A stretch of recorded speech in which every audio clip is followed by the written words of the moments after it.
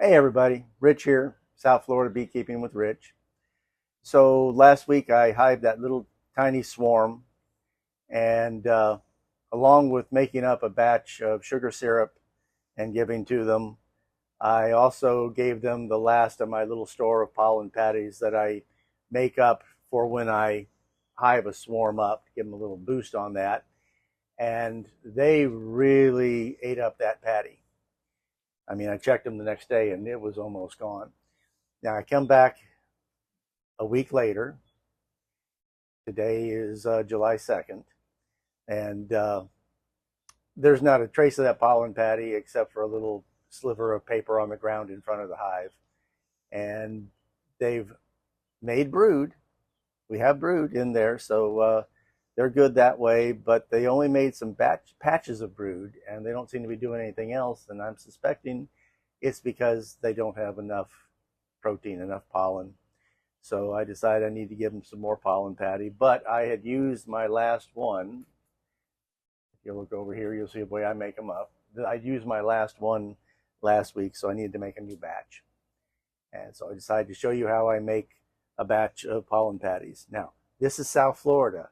You don't normally need to make a pollen patty. You don't normally need to feed, dry pollen or anything like that. There's usually plenty of pollen in the environment. But a young, struggling colony, or any colony that's struggling, young or not, can usually benefit from at least a little pick-me-up. So I make really tiny batches of pollen patties so that I have them on hand if I need them. So here's how we do that. So the first thing I do is I microwave 1 cup of water to boiling and take it out of the microwave. Add 1 cup measured, and no, you don't put the two in there together, and you can't just pour that into the 2 cup mark, because that's not the way it works. 1 cup of sugar. That's white sugar? Just pure cane white sugar into the water. Stir, stir, stir until it's clear. Then for this purpose, I will take Honey Bee Healthy, just a couple of drops, Honey Bee Healthy in here. You want me to focus on the Honey Bee Healthy, dear?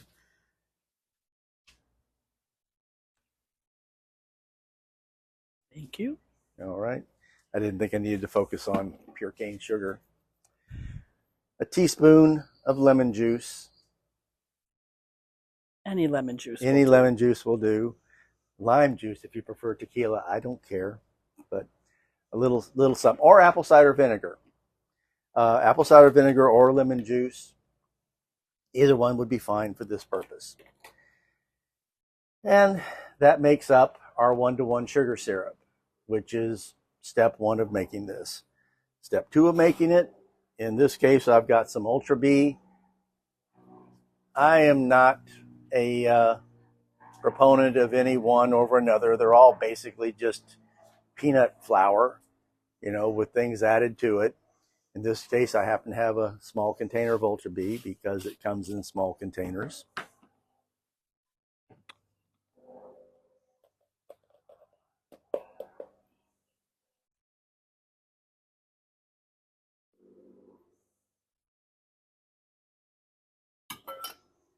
How much is that? 1 cup.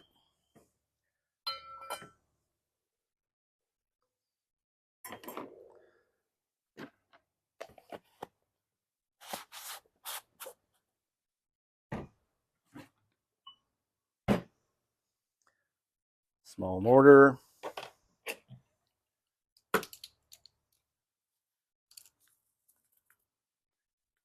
I'll show you what this is in just a second. And how much was that? That was 1 tablespoon of pollen. Got this at Whole Foods Market. Don't care where you get it. It won't focus. Okay, it just says local pollen. Yep, local pollen. Somebody who does that. I don't steal pollen from my bees. Grind it up.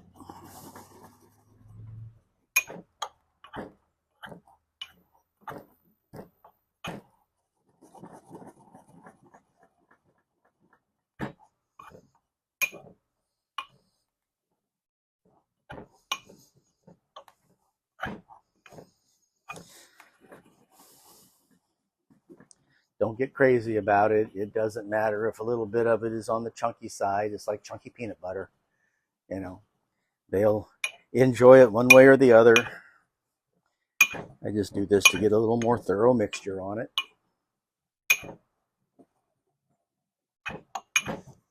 Could people possibly put that in a spice grinder or something like that? Of course you could. Yeah, coffee bean grinder. Sure. Something electric. Something electric. You wouldn't believe the number of mortars and pestles I have for all my different purposes. Okay. Okay.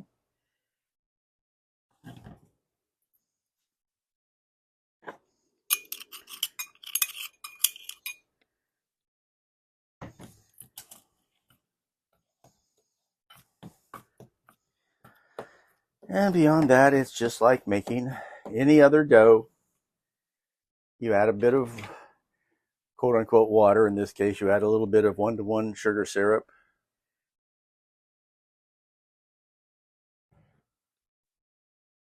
And mix.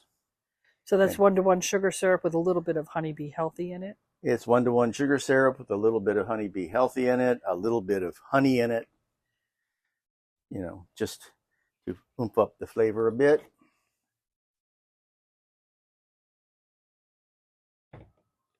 Yes, I don't think you mentioned the honey before. Really? Okay. Well, it was there. I could have sworn I said a teaspoon of honey, but okay. Maybe. I might not have been paying attention enough. You not paying attention to me, dear? Never happens. I have my focus on other things. Mm-hmm.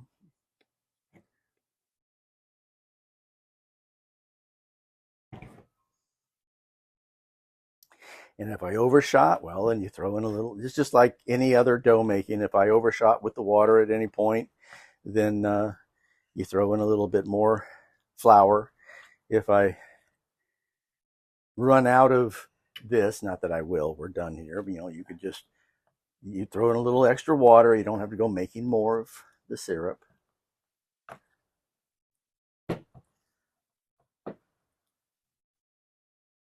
What consistency are you looking for? Well, this is particularly good because I overshot slightly. This is a little on the wet sticky, side? A little wetter than I actually wanted it. So I'm going to add a tiny bit of flour to it to firm it back up just a little bit. But I got to make sure that I have done a good job of stirring it first. Are you trying to get all the lumps out? No, some of those lumps are pollen. I am trying to make sure there's no little lumps of flour in there. I mean, this is not far past where I want it to be. It is slightly past. That's probably enough.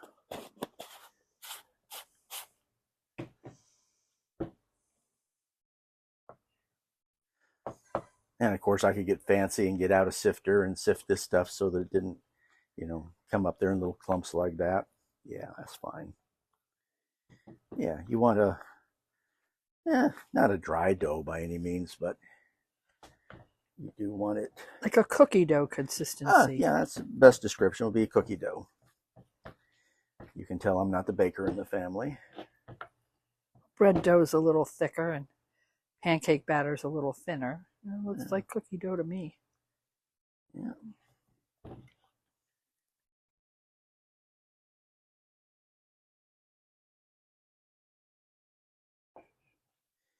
Yeah. And that'll do it. What do you do with the extra 1-to-1 syrup? Just feed the bees with it? Yeah.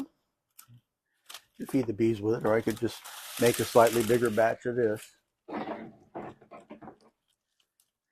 This particular thing of parchment paper, the little ripper thing, isn't good, so I have to use a scissor.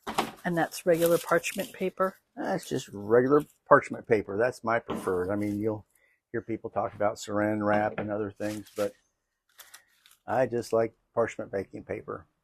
I like it for everything.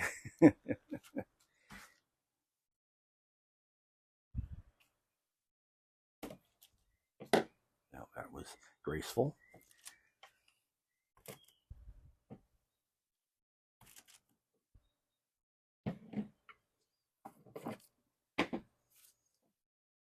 So did you kind of split that in half?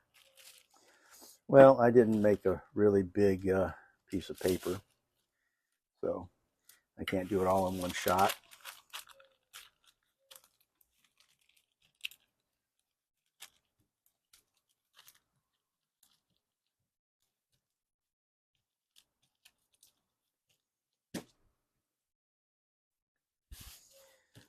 I like my rolling pin.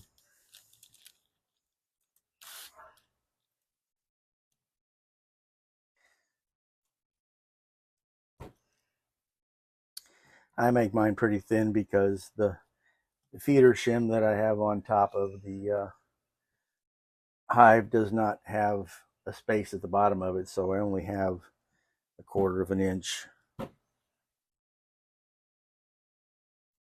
above the frames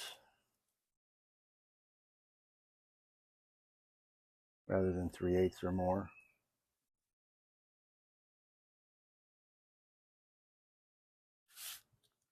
So to use this, you would put it right on top of the frames? Yep, I'll get to that in a second. Okay.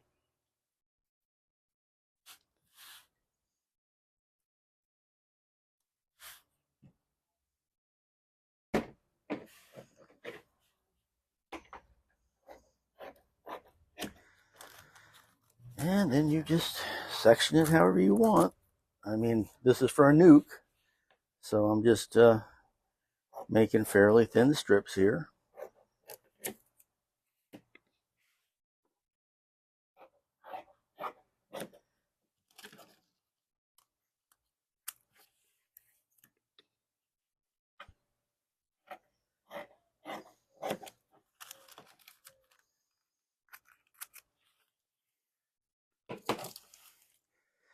And I'll do the rest of that in a minute off camera when we're done.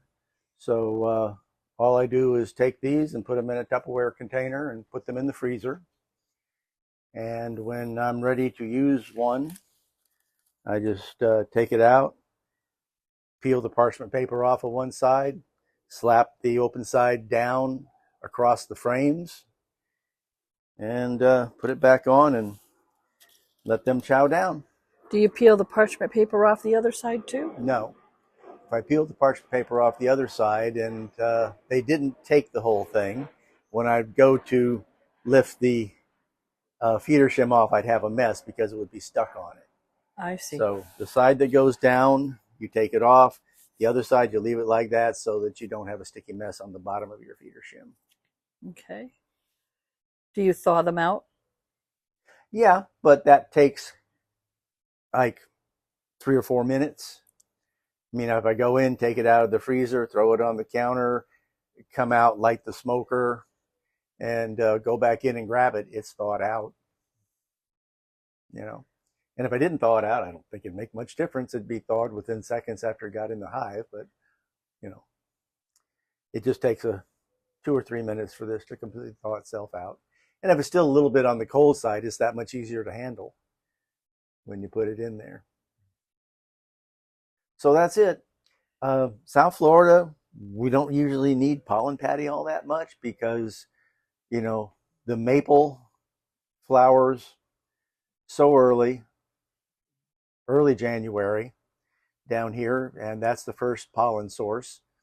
And thereafter, it's just pollen, pollen, pollen. We're going to get into the time now when most of the things that are blooming aren't really sources of pollen for the bees, like hibiscus flowers and such. Lots of pollen, you can cover yourself with it, but you never really see bees on it because there's no nectar there for them. And we'll put the formula in the show notes. Yeah, if you want.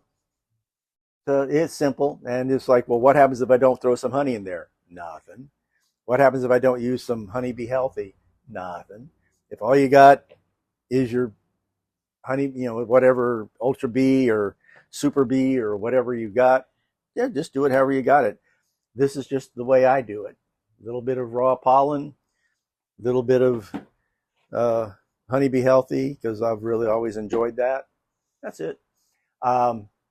one slight variation I tried back when Earl, the hillbilly beekeeper, was first touting all the peppermint candies, and he said something about some people put them in their pollen patties. Well, hey, I came out and crushed a couple of peppermints up into fine powder, mixed them in, and the bees took it just fine, but I still had small hive beetle larvae in it. So one of the reasons I make really thin ones and make them small like this is because if they stay on the hive too long, you're going to end up with small hive beetle larvae in them if you have beetles. Uh, so How I do long it do this they way. last in the freezer? I don't know. I make up a batch and I use them. I've never had the bees reject them because it was old. I mean, that one I gave them last week was probably made in February and it was gone, no trace of it within a few days. So, So you've had them in the freezer for like 5 or 6 months, yeah, 5 or 6 months, if that's what it but they takes. probably could be longer. Oh, yeah. Yeah. I mean, there's really nothing here to go bad as long as you have it in the freezer. But to get back to the peppermint, you know, the bees seem to enjoy it just as much. Have I ever tried putting a drop of peppermint oil in? No, and I don't think I'd use peppermint oil anyway. I'd probably use peppermint essence. Don't try to get me to explain what the difference is. I don't really know, but I've got both. And essence seems to be somewhat more favored by the bees, but I've never bothered. This is, you know, I'm not sitting there trying to give them a gourmet meal here. I'm just trying to give them a little extra boost. So that's it. This has been Rich with South Florida Beekeeping with Rich. Go make some pollen patties so that when you do a split or when you do a swarm capture or you do a cutout, you can give them a little bit of pollen to give them a little boost there to start with. Have a great day, everybody.